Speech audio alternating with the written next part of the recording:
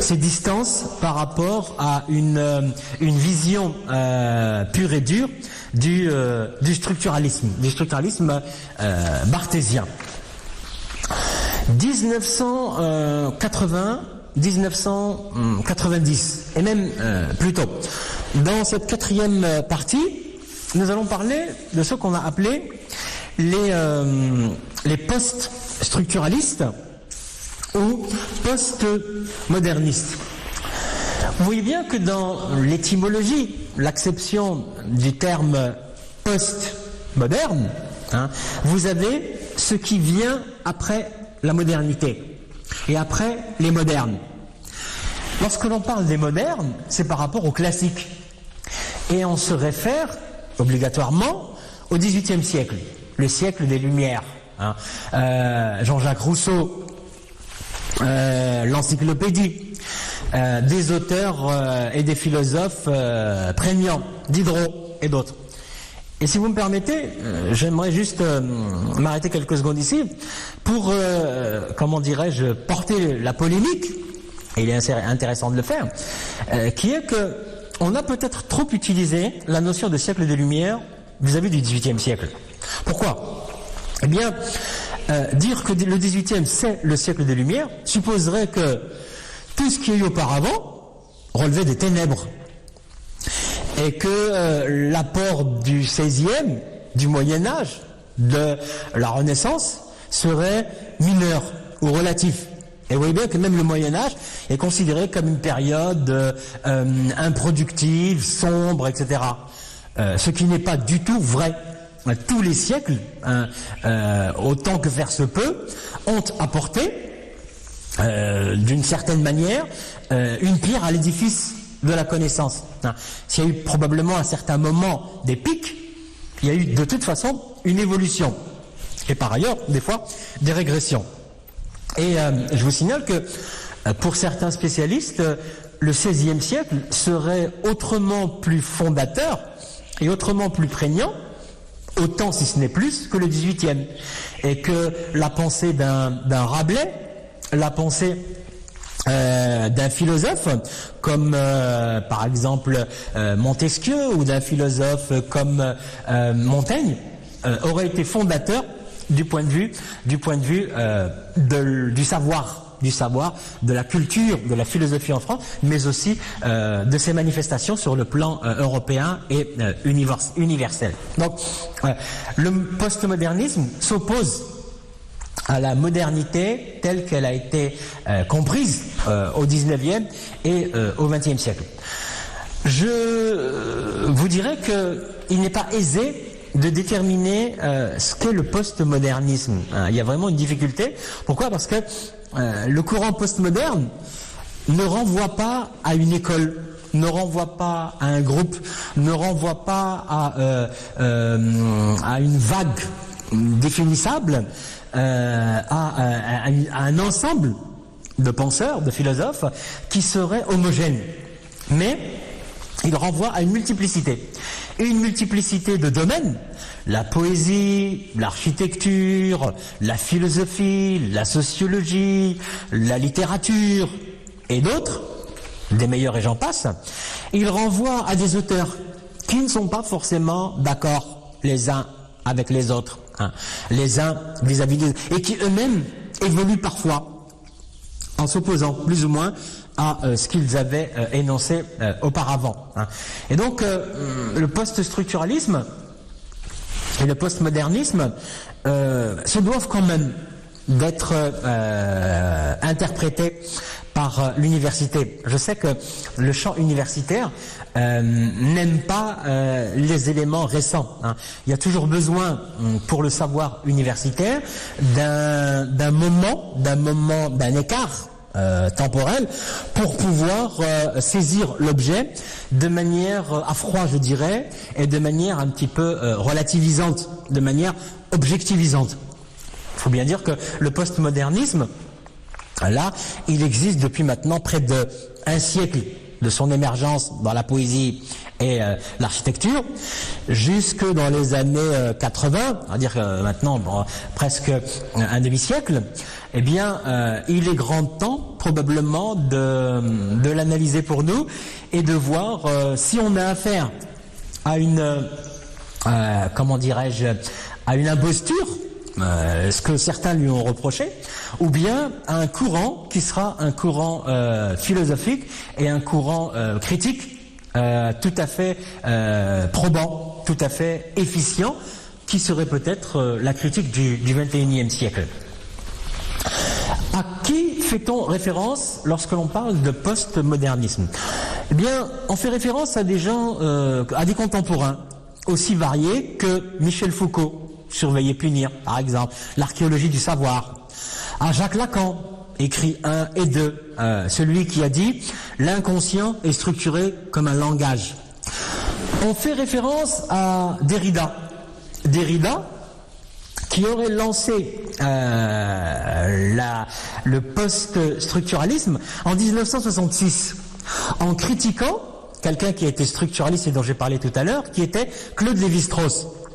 Cet anthropologue qui s'est attaché à déterminer dans les structures élémentaires de la parenté comment la société pouvait être déterminée par une espèce de compartimentage tout à fait structuré des catégories sociales, des groupes sociaux, et que ce modèle soit aussi visible dans les sociétés primitives, entre guillemets, que dans les sociétés développées. Jacques Derrida a lancé ce qu'il a appelé la déconstruction et le déconstructivisme, en relativisant le constructivisme, justement, structuraliste. Hein.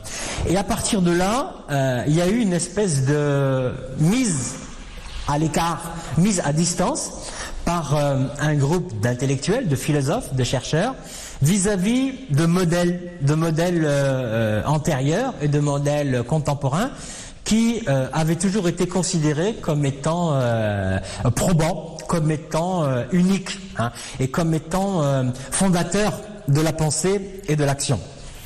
Et lorsque on parle de postmodernisme, on doit parler de Jean-François Lyotard. Jean-François Lyotard, qui en 1978, en 78, un Français, philosophe, a publié un livre qui s'appelait La condition postmoderne.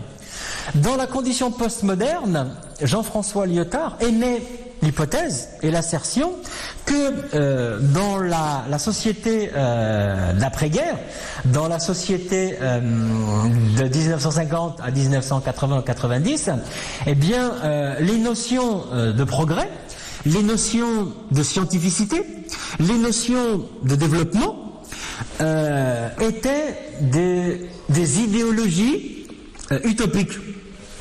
Les notions de marxisme, les notions de libéralisme, etc., ne pouvaient plus s'appliquer à un monde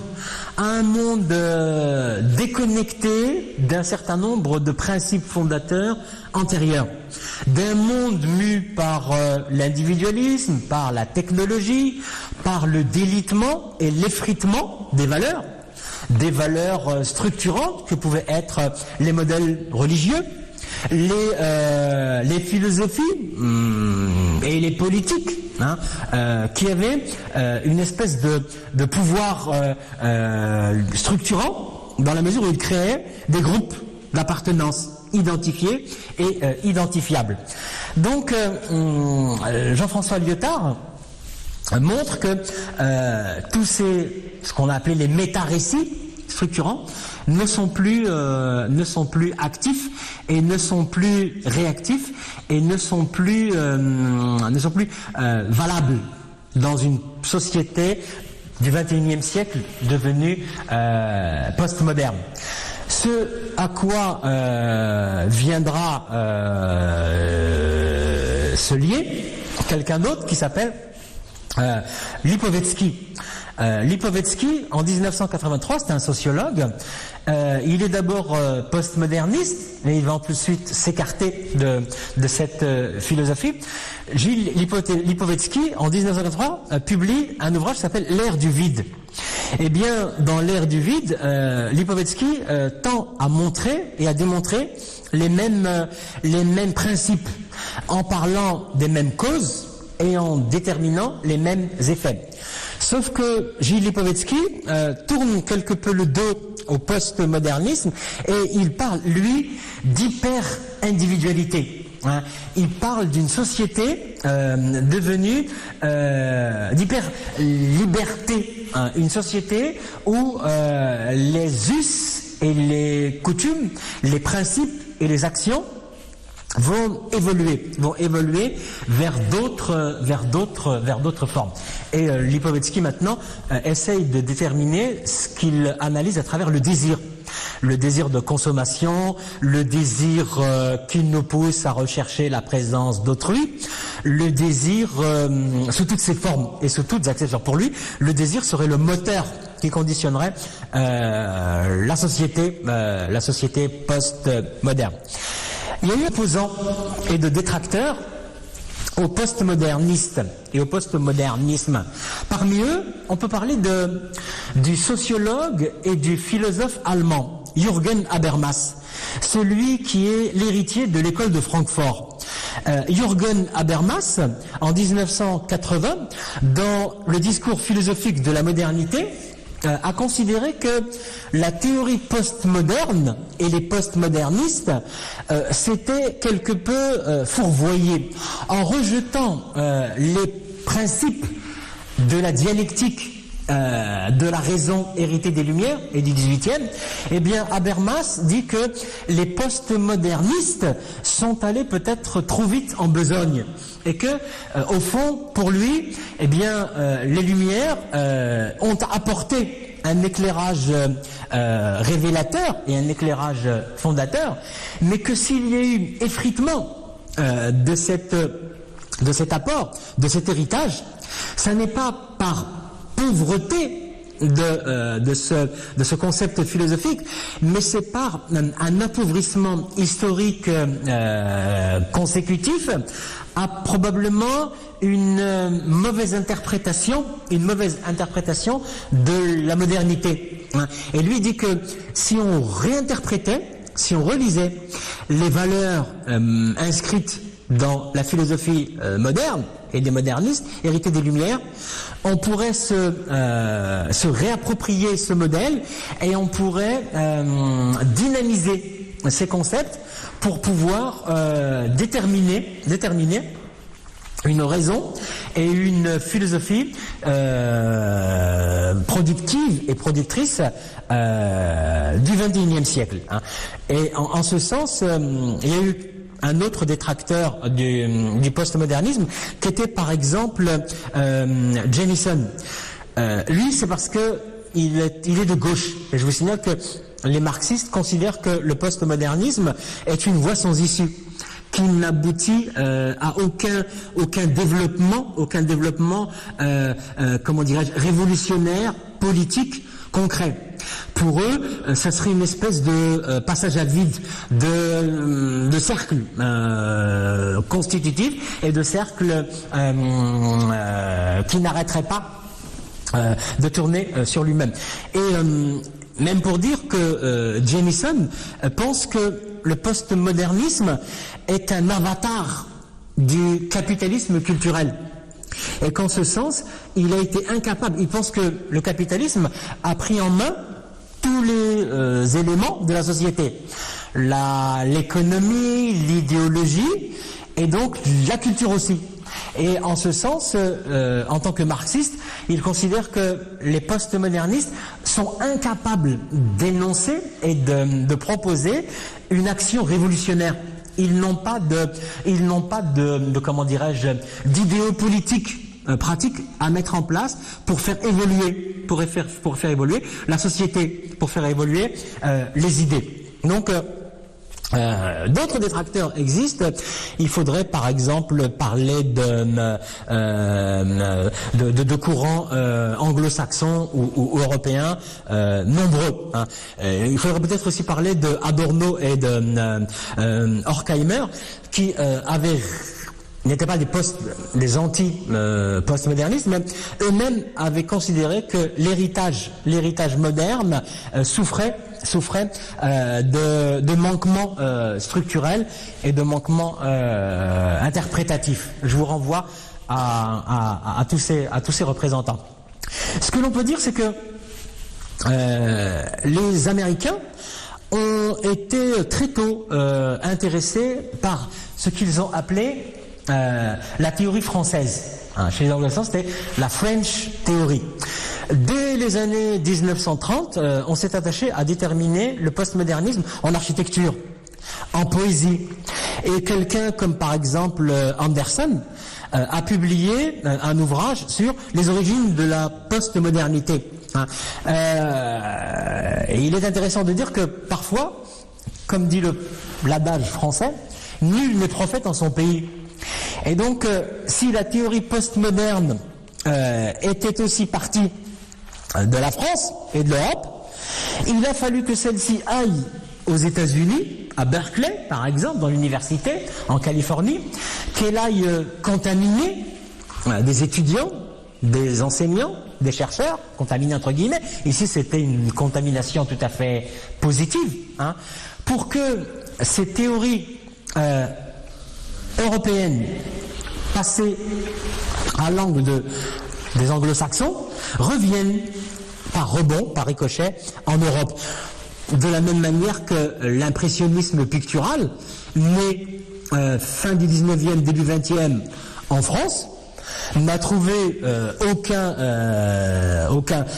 parti, aucun écho dans la sphère française. Et il a fallu attendre que des gens comme par exemple Manet soient achetés par des collectionneurs new-yorkais qui avaient les moyens matériels de le faire et qui avaient une volonté de se réapproprier la culture. Il a fallu que ces Américains achètent des tableaux de Manet pour qu'en France, des collectionneurs se disent, bah tiens, il y a peut-être quelque chose ici d'intéressant, et que les impressionnistes soient appréciés à leur juste mesure et soient maintenant surcotés à des niveaux défiant toute imagination, des millions et des centaines de millions d'euros pour des toiles. Donc, aux États-Unis, le postmodernisme a été très intéressant pour eux, parce que il a permis de développer deux courants de pensée. Il a d'abord intéressé les féministes et il a intéressé les anticolonialistes. Et donc, le mouvement féministe américain s'est appuyé sur les théories déstructurantes et désacralisantes de la modernité. Hein. Pourquoi ? Parce que la modernité avait pour défaut, selon les postmodernistes, d'être essentialiste. Je vous signale que l'essentialisme, c'est une philosophie antique qui revient à dire que les choses sont mues par une essence, quelque chose qui les constitue fondamentalement. Et en sociologie, l'essentialisme, ce serait que par exemple, le genre humain, eh bien, serait divisé en féminin et masculin, et qu'il y aurait une espèce de déterminisme comportemental en fonction du genre. Les théories du genre étant maintenant remises en question. Et les modernes ont été aussi quelque peu critiqués parce qu'ils fonctionnaient selon une monade dualiste. Par exemple, l'inné et l'acquis. Hein, la pensée et l'action. Hein, et que pour les postmodernistes, ça n'était pas aussi simple que ça.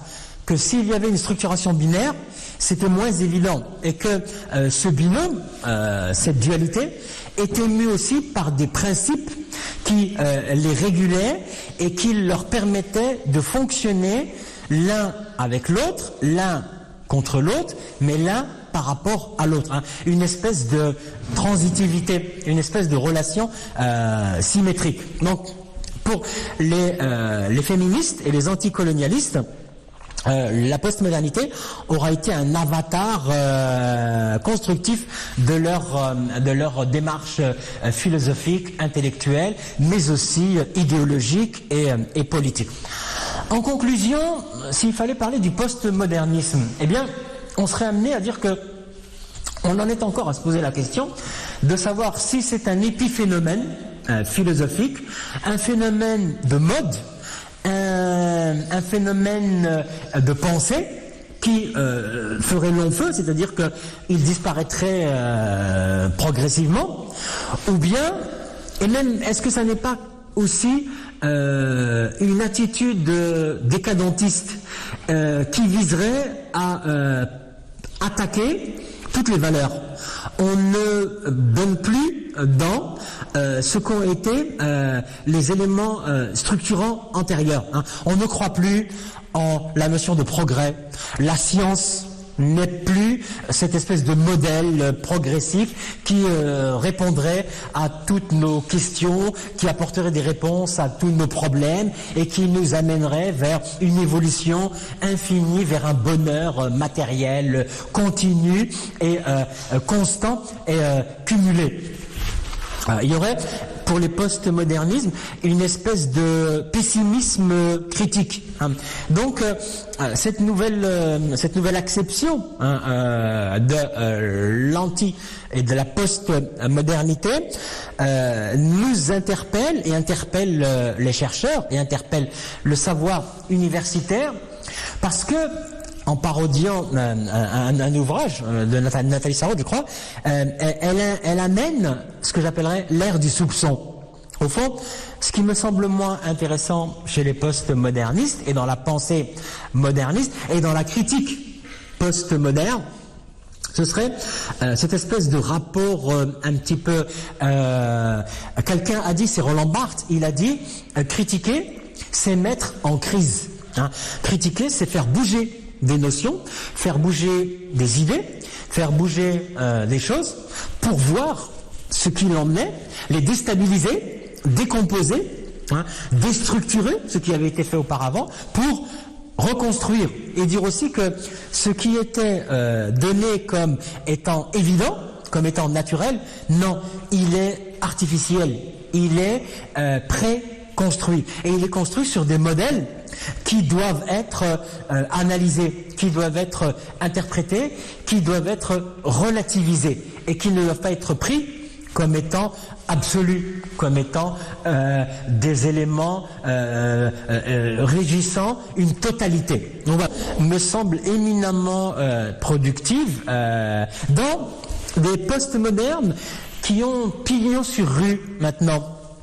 Je renvoie à nos étudiants et tous ceux qui seraient intéressés à quelqu'un comme Homi Bhabha. Homi Bhabha, d'origine indienne, qui a fait ses études en Angleterre, dans les meilleures universités, et qui maintenant est aux États-Unis où il enseigne. Eh bien, il est quelqu'un qui a une critique postmoderne de la société et de la condition néocoloniale. De la même manière qu'a pu l'être par quelqu'un comme Edward Said, dans sa façon de considérer l'orientalisme. L'orientalisme vu par l'Occident, l'Orient désorienté, qui renvoie aussi à quelqu'un que l'on pourrait qualifier de déconstructiviste, qui a été Al-Kibir Khatibi, l'Orient de l'Occident, et qui pourrait s'apparenter quelque part aussi à cette espèce de mise en retrait par rapport à des éléments qui auraient été des éléments autrefois jugés comme incontournables et comme étant mus par un étang fondamental. Voilà. C'est la conclusion de cette dernière capsule pour laquelle j'aimerais vous exprimer le plaisir et la joie tout à fait personnelle, l'attraction que j'ai pu avoir à donner pour vous des éléments modestement qui font partie de mon travail. Évidemment, je ne fais que répondre aux exigences professionnelles qui sont les miennes, mais je l'ai fait avec beaucoup de plaisir, beaucoup de joie, et en espérant que celles-ci auront peut-être contribué à porter le débat dans vos esprits, dans vos interrogations, dans vos recherches présentes et futures. Et je vous dirai en guise de conclusion que je formule le vœu d'une prochaine rencontre avec mes étudiants et quiconque serait amené à entrer en contact par le biais électronique ou par le biais institutionnel donné,